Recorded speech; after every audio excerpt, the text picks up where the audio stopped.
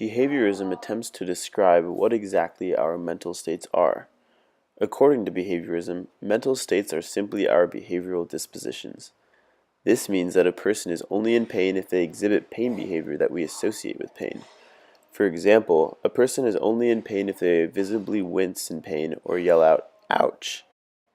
Behaviorism views the mind as a black box and doesn't take into consideration what processes are taking place within the mind.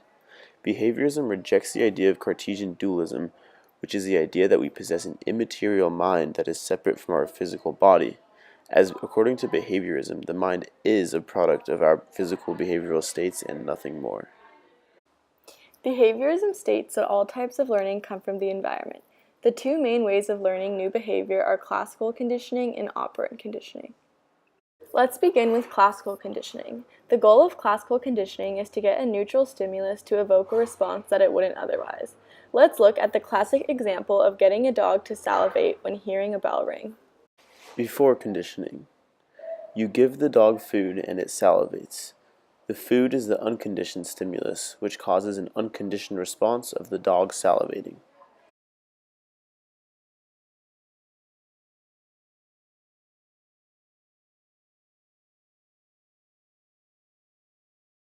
During conditioning.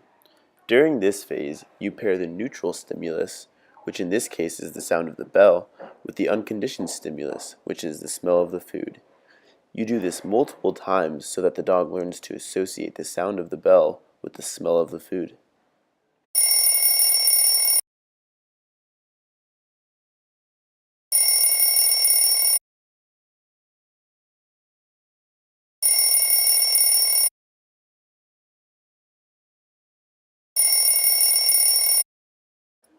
After pairing the bell, which is the neutral stimulus, with the food, which is the unconditioned stimulus, the bell becomes a conditioned stimulus which elicits the conditioned response of salivation.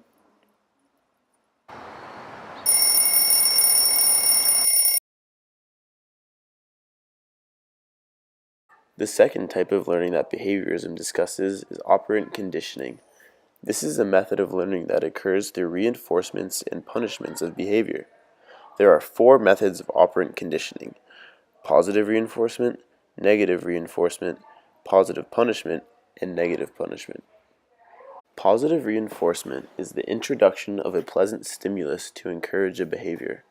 In this example, we are giving a dog a treat in order to encourage the behavior of sitting after the sit command is said by the owner. Sit. Good boy, good boy. Negative reinforcement is the removal of an undesirable stimulus to encourage a behavior. In this example, the father's nagging is the undesirable stimulus, which is removed once the daughter cleans the table. Clean the coffee table. Clean the coffee table. Clean the coffee table. Clean the coffee table.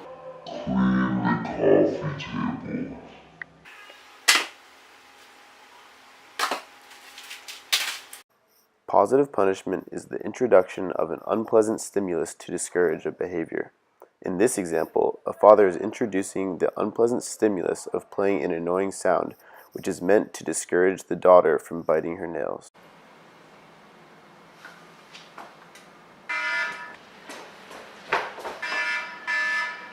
Negative punishment is the taking away of a pleasant stimulus to discourage a behavior. In this example, the father takes his daughter's phone away, the pleasant stimulus, to discourage the behavior of coming home too late. Where have you been? It's 2 a.m. I'm going to take your phone away as punishment. The strengths of behaviorism are that it yields good theories and experiments that follow the scientific method, and it can often predict behavior. Now let's look at some weaknesses of behaviorism. If we view the mind as a black box, as behaviorism does, we fail to explain certain complex behaviors, such as attention, perception, high-level thought, and language. These complex cognitive functions can't necessarily be observed through external behaviors. Another weakness of behaviorism is that people don't always exhibit the behavior that one might expect for a certain mental state.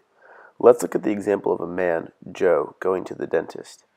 Joe could be getting drilled in the tooth and be completely calm, but just because he's calm doesn't mean that he's not experiencing pain. Similarly, Joe could be a really good actor and could be exhibiting pain behavior like screaming, "Ouch!" when in reality he is not feeling any pain.